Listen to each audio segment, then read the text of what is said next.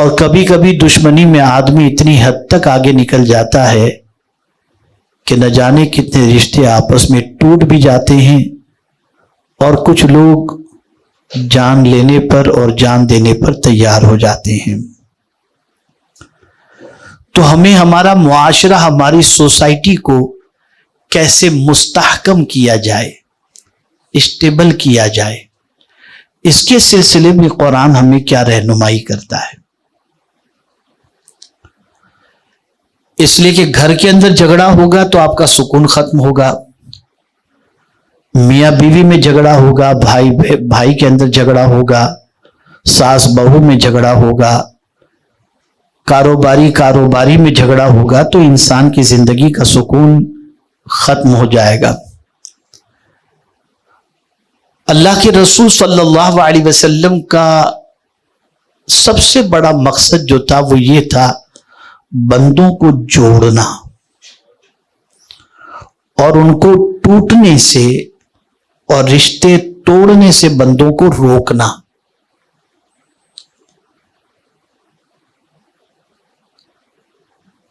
आकाए करीम सल्लल्लाहु अलैहि वसल्लम के जरिए परवरदिगार जल्ल जलालहू ने जो उसूल अता फरमाए, मैं उन उसूलों को आपके सामने पेश करने की कोशिश करूंगा। सबसे पहले तो सोसाइटी किसे कहते हैं, मुआशरा किसे कहते हैं, पहले इसको समझें आप। मुआशरा कहते हैं चंद लोगों का बुनियादी जरूरतों के सिलसिले में एक दूसरे से कांटेक्ट या कनेक्शन का होना, इसको कहते हैं सोसाइटी, इसको कहते हैं मुआशरा।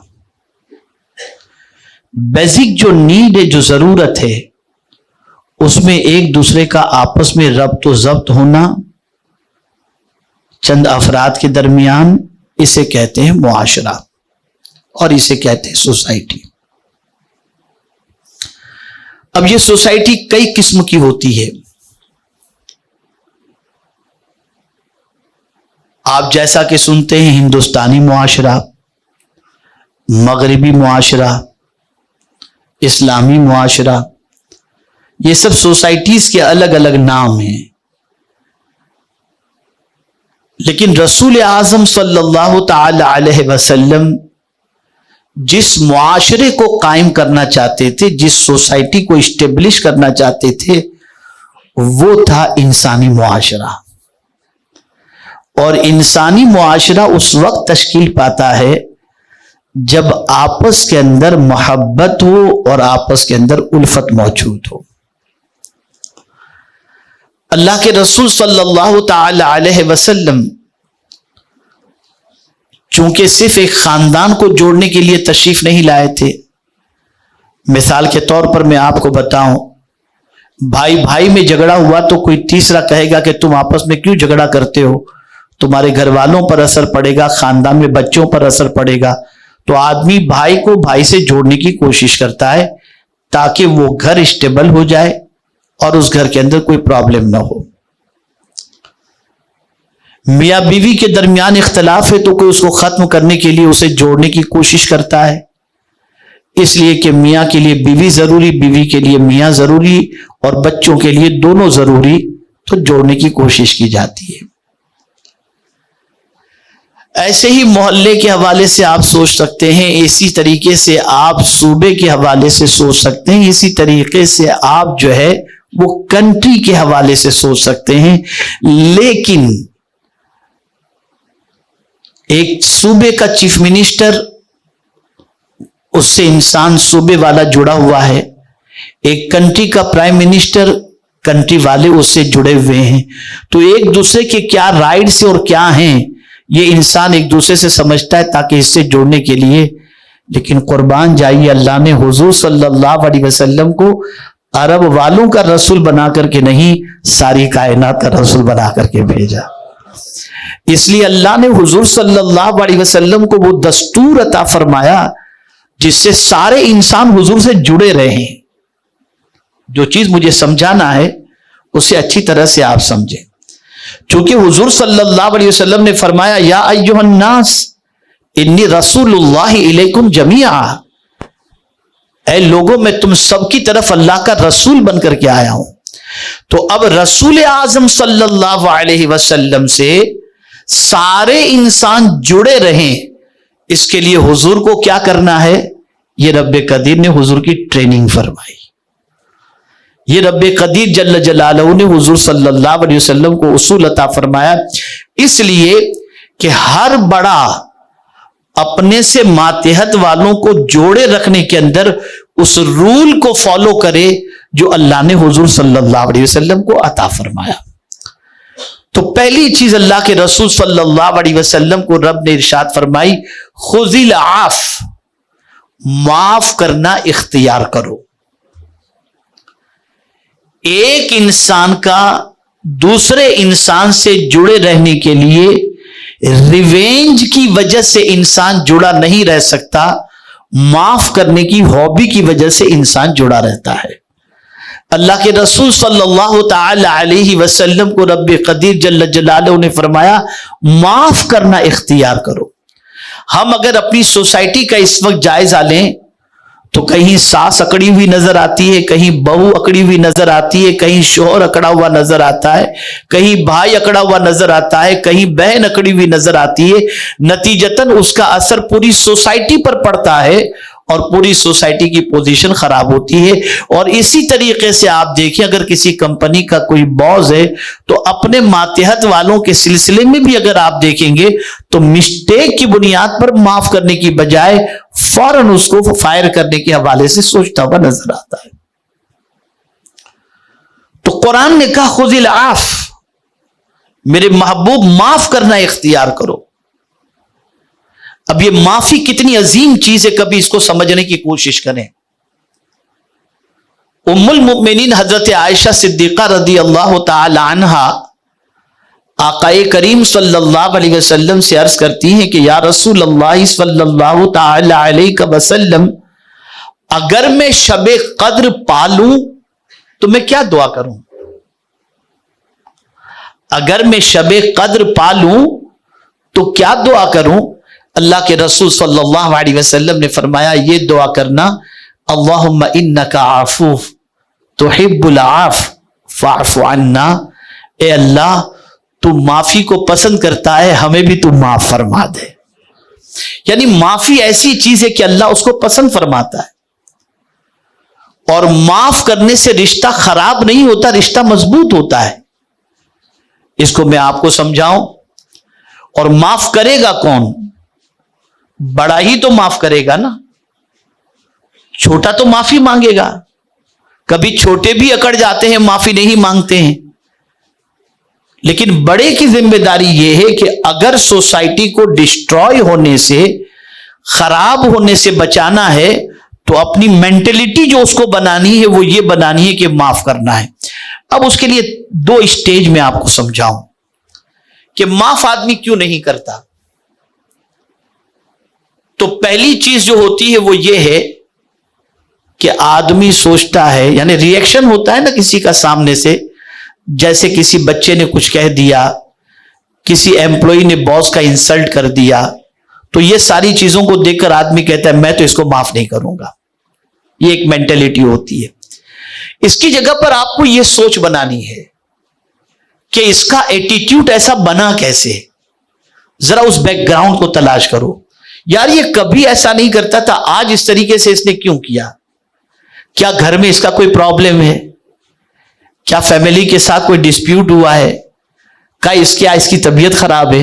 आप उस तक जाने की कोशिश कीजिए तो मैं समझता हूं कि उसके एटीट्यूड के पीछे कोई ऐसा रीजन आपको नजर आएगा जो उसको आपके साथ बेअदबी करने पर मजबूर किया है।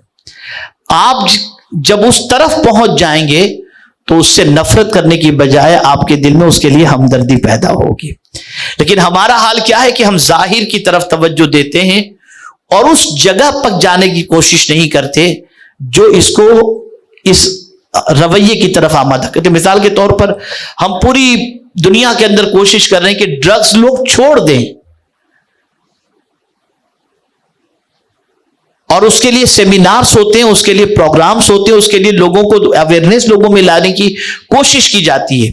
लेकिन अगर आप उस तरफ जाएं कि ये ड्रग्स की तरफ आए क्यों, तो कहीं मोहब्बत की नाकामी, कहीं मां बाप के झगड़े, कहीं इजी मनी का जज्बा, कहीं बहुत बड़े मालदार को देखने के बाद मालदार बनने का शौक, कहीं लेविश लाइफ किसी की देखकर उसकी तरह जिंदगी गुजारने का शौक। ऐसे बहुत सारे असबाब आपको मिलेंगे जो इंसान को ड्रग्स की तरफ लेकर के आते हैं।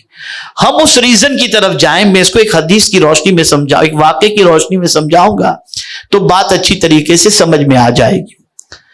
मेरे प्यारे आका सल्लल्लाहु ताला अलैहि वसल्लम के प्यारे दीवानों, कोई ना कोई रीजन होता है जो इंसान को मिसबिहेवियर के लिए आमादा करता है।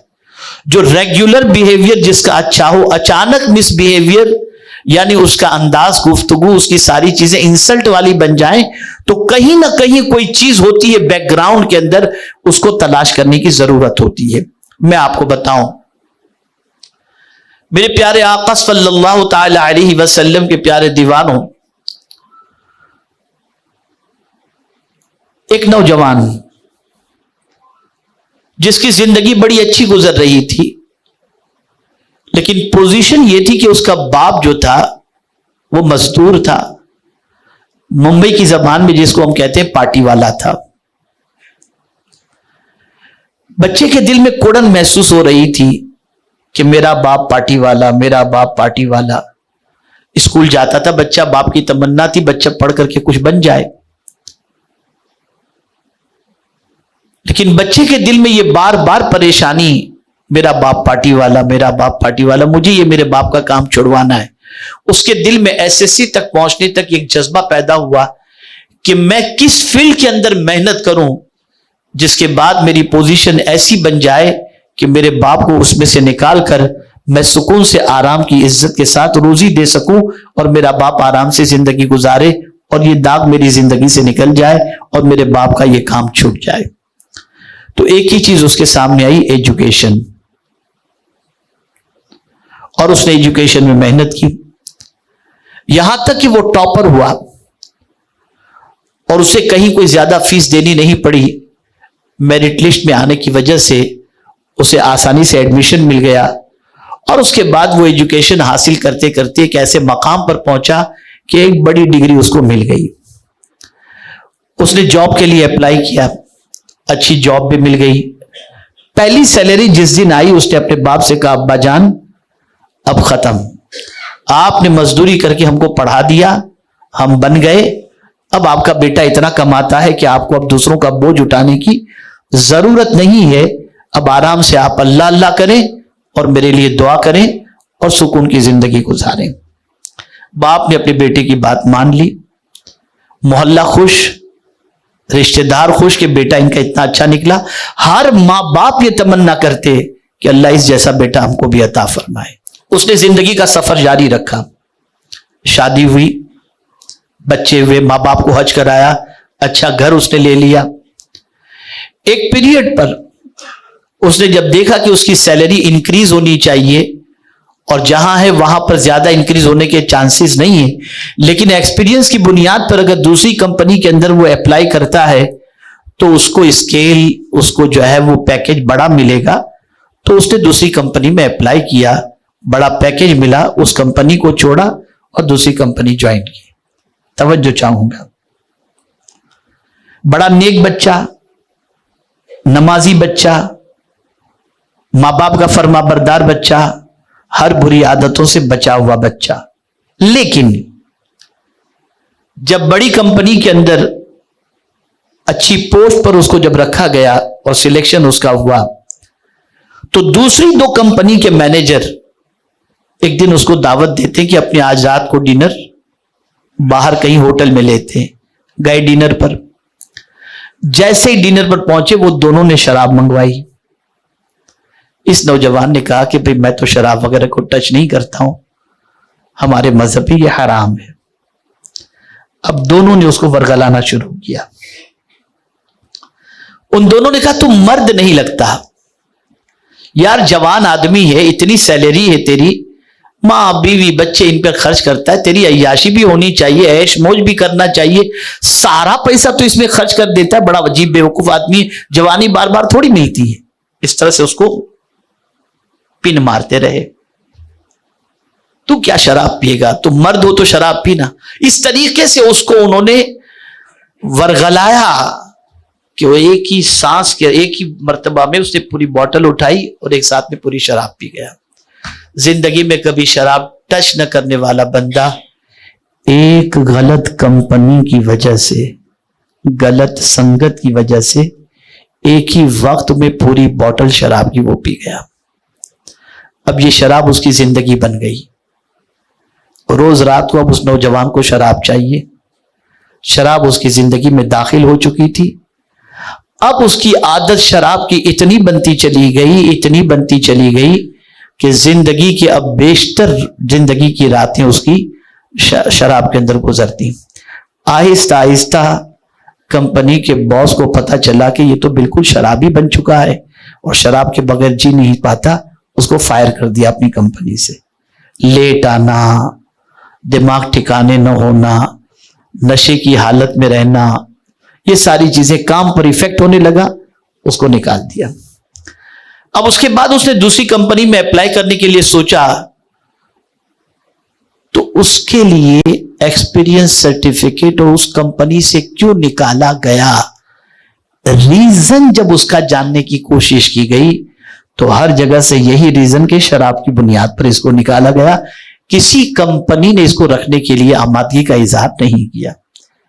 अब वही नौजवान जो मोहल्ले की आंखों का तारा था, नमाज का पाबंद था, माँ बाप जिस पर फख्र करते थे, अब उसकी पोजीशन ये हुई कि वो बच्चा आहिस्ता आहिस्ता बीवी के जेवर, माँ के जेवर, ये सारी चीजें बेचकर शराब पीने की आदत जो है वो अपनी ख्वाहिश को उसमें पूरी करता रहा। जिंदगी गुजरती रही।